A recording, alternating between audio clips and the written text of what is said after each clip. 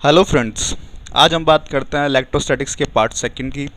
Part first में हमने बात किया था कि आवेश क्या है, आवेश से संबंधित कुछ महत्वपूर्ण तथ्य क्या है।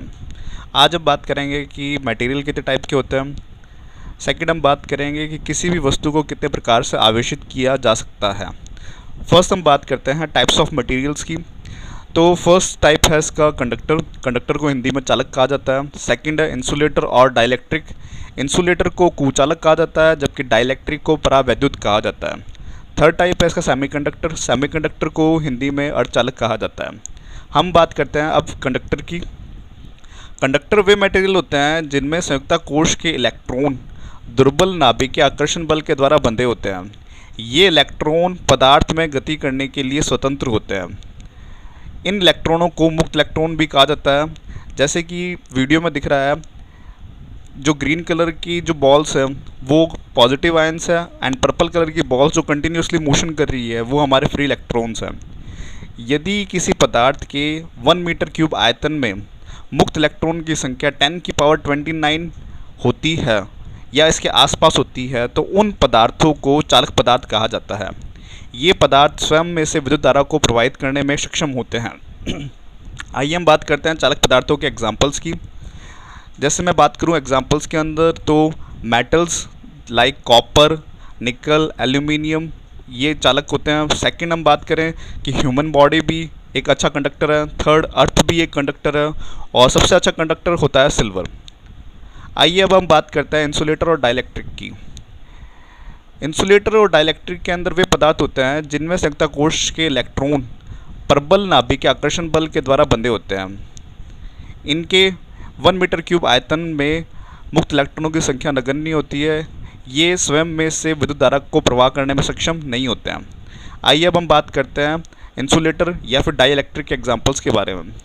फर्स्ट एग्जाम्पल है पोर्सिलिन। पोर्सिलिन एक सिरेमिक मटेरियल होता है जिसे मिट्टी को उच्च तापमान पर गर्म करके बनाया जाता है। सेकंड है प्लास्टिक। थर्ड है ग्लास। फोर्थ है वुड। फिफ्थ है नायलॉन। अब हम बात करते हैं सेमीकंडक्टर। सेमीकंडक्टर वे पदार्थ होते हैं जो 0 केल्विन ताप पर कुचालक की तरह व्यवहार करते हैं। क्योंकि इनके संयुक्ता कोश के इलेक्ट्रॉन सहसंयोजक बंध बनाते हैं, इसलिए मुक्त इलेक्ट्रॉन की संख्या 0 होती है। परंतु जब इन्हें हाई टेम्परेचर दिया जाता है तो ये इलेक्ट्रॉन सहसंयोजक बंध से मुक्त हो जाते हैं तथा मुक्त इलेक्ट्रॉन की भांति व्यवहार करते हैं। हाई टेम्परेचर पर ये चालक की तरह व्यवहार करते हैं। आइए हम बात करते हैं इनके एग्जाम्पल्स की। फर्स्ट एग्जाम्पल्स है सिलिकॉन। सेकंड एग्जाम्पल है जर्मेनियम। अब हम बात करते हैं मेथड्स ऑफ चार्जिंग की। चार्जिंग बाय कंडक्शन मतलब चालन विधि के द्वारा आवेशन। सेकंड, चार्जिंग बाय फ्रिक्शन, घर्षण विधि के द्वारा आवेशन। थर्ड है चार्जिंग बाय इंडक्शन, प्रेरण विधि के द्वारा आवेशन। फर्स्ट हम बात करते हैं चार्जिंग बाय कंडक्शन। इस विधि में किसी उदासीन धात्विक वस्तु को किसी अन्य आवेशित धात्विक वस्तु की सहायता से आवेशित किया जाता है। आइए हम इसे एक एग्जाम्पल से समझते हैं।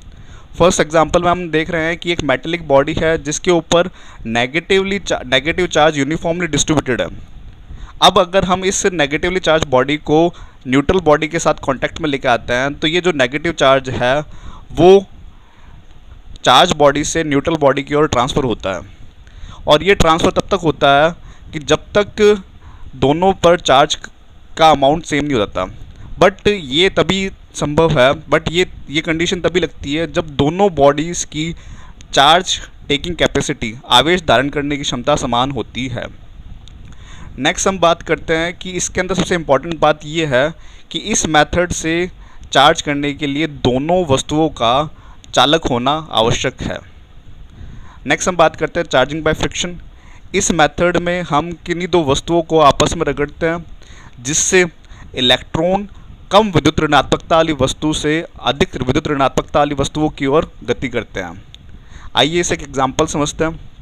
हम किसी कांच की छड़ को रेशमी कपड़े से रगड़ते हैं तो इलेक्ट्रॉन कम विद्युत ऋणात्मकता वाले कांच से अधिक विद्युत ऋणात्मकता वाले रेशम के कपड़े की ओर स्थानांतरित होता है, जिससे कांच में इलेक्ट्रॉन की कमी हो जाती है। इसलिए कांच को धनावेशित कहा जाता है, जबकि रेशम के कपड़े में इलेक्ट्रॉन की वृद्धि हो जाती है, इसलिए रेशम के कपड़े को ऋणावेशित कहा जाता है। नेक्स्ट हम बात करते हैं कि दैनिक जीवन में कुछ वस्तु ऐसी होती है जो कम विद्युत ऋणात्मकता वाली होती है, कुछ वस्तु ऐसी होती है जो अधिक विद्युत ऋणात्मकता वाली होती है। अब हम दो पेयर्स की बात करेंगे और उन पेयर्स में हम बात करेंगे कि कौन सी वस्तु अधिक विद्युत ऋणात्मकता वाली है और कौन सी वस्तु कम विद्युत ऋणात्मकता वाली है। जैसे कि एग्जाम्पल की मैं बात करूँ कि अगर मैं कैट स्किन को एबोनाइट रॉड से रगड़ूँ, एबोनाइट रॉड अगर मैं बात करूँ तो एक नेचुरल रबर का फॉर्म ही होता है। तो अगर मैं कैट स्किन को एबोनाइट रॉड से रगड़ूँ तो कैट स्किन से इलेक्ट्रॉन एबोनाइट रॉड की तरफ ट्रांसफ़र होते हैं, जिससे कैट स्किन पॉजिटिवली चार्ज हो जाती है और एबोनाइट रॉड नेगेटिवली चार्ज हो जाती है। सिमिलरली अगर हम बात करें कि किसी वुल को एम्बर किसी पेड़ के तने से निकला हुआ पीला गोंद होता है, तो अगर किसी वुल को एम्बर के साथ में रगड़ा जाता है तो इलेक्ट्रॉन वुल से एम्बर की तरफ ट्रांसफर हो जाता है, इसलिए फाइनली वुल पॉजिटिवली चार्ज हो जाता है और एम्बर नेगेटिवली चार्ज हो जाता है। नेक्स्ट हम इसके अंदर बात करेंगे कि सबसे इम्पॉर्टेंट बात है कि इस मेथड से किसी भी ऑब्जेक्ट को, किसी भी वस्तु को चार्ज करने के लिए दोनों वस्तुओं में से कम एक वस्तु का इंसुलेटर मतलब कुचालक होना आवश्यक है। यदि दोनों वस्तुएं अगर चालक होगी तो घर्षण के बाद में चालन विधि द्वारा दोनों से वापस से आवेश बैलेंस हो जाएगा और चार्ज नहीं हो पाएगी वस्तु। आइए अब हम बात करते हैं चार्जिंग बाय इंडक्शन से।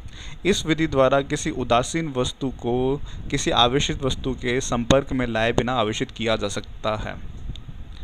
आइए अब हम इसे एक एग्जाम्पल के थ्रू समझते हैं। जब हम किसी धनावेशित वस्तु को किसी उदासीन वस्तु के समीप लाते हैं तो धनावेशित वस्तु के आकर्षण के कारण इलेक्ट्रॉन धनावेशित वस्तु के समीप वाली सतह पर आ जाते हैं, जिससे इससे दूर वाली सतह पर आवेश की कमी हो जाने के कारण वहाँ पे धनावेश एकत्रित हो जाता है। ये जो आवेश दोनों सतह पर एकत्रित होता है इसे प्रेरित आवेश कहा जाता है। प्रेरित आवेश या फिर इसे इंड्यूस चार्ज भी कहते हैं। परंतु अब यदि इस धनावेश को इस वस्तु से दूर ले जाया जाए तो ये आवेश पुनः वितरित हो जाता है तथा वस्तु वापस से उदासीन हो जाती है। इस प्रकार इस विधि द्वारा जो आवेश उत्पन्न होता है वो टेम्परेरी चार्ज होता है। अगर हमें किसी वस्तु को परमानेंट चार्ज करना है इंडक्शन मेथड के द्वारा तो उसे दो विधि द्वारा कर सकते हैं। फर्स्ट विधि के अंदर हम जब किसी की ऋणावेशित कांच की छड़ को किसी मेटेलिक बॉल के समीप लेके आते हैं तो ऋणावेशित कांच की छड़ के कारण उसके पास वाली सतह पर धनावेश आ जाता है तथा उसके दूर वाली सतह पर ऋणावेशित आ जाता है। अब यदि ऋणावेश वाली सतह को हम पृथ्वी से संपर्कित करते हैं तो ये जो इलेक्ट्रॉन है भूमि के अंदर चले जाते हैं, परंतु कांच तथा धनावेश के मध्य आकर्षण के कारण ये धनावेश भूमि में नहीं जाता है। अगर अब यदि इस कांच की छड़ को इससे दूर ले जाया जाए तो ये धनावेश मेटेलिक बॉल पर पूरी तरह यूनिफॉर्मली डिस्ट्रीब्यूट हो जाता है। नेक्स्ट मेथड की हम बात करते हैं। इस मेथड में हम दो बॉल ए व बी को एक दूसरे संपर्क में रखते हैं तथा इन दोनों को कुचालक स्टैंड पर रखा जाता है। अब यदि किसी कांच की छड़ को इन दोनों बॉलों के समीप लेके आया जाए तो कांच की छड़ के समीप वाली सतह पर नेगेटिव चार्ज तथा दूर वाली सतह पर पॉजिटिव चार्ज इकट्ठा हो जाता है। अब यदि इन बॉलों को एक दूसरे से दूर किया जाए तो ये दोनों बॉलें विपरीत आवेशित होने के कारण एक दूसरे पर आकर्षण बल लगाती है। अब यदि कांच की छड़ को इन दोनों बॉलों से दूर कर दिया जाए तो ए पर ऋणावेश तथा बी पर धनावेश यूनिफॉर्मली डिस्ट्रीब्यूटेड हो जाता है। Thank you. अगर आपको मेरा वीडियो अच्छा लगे तो लाइक, शेयर एंड सब्सक्राइब ज़रूर कीजिएगा।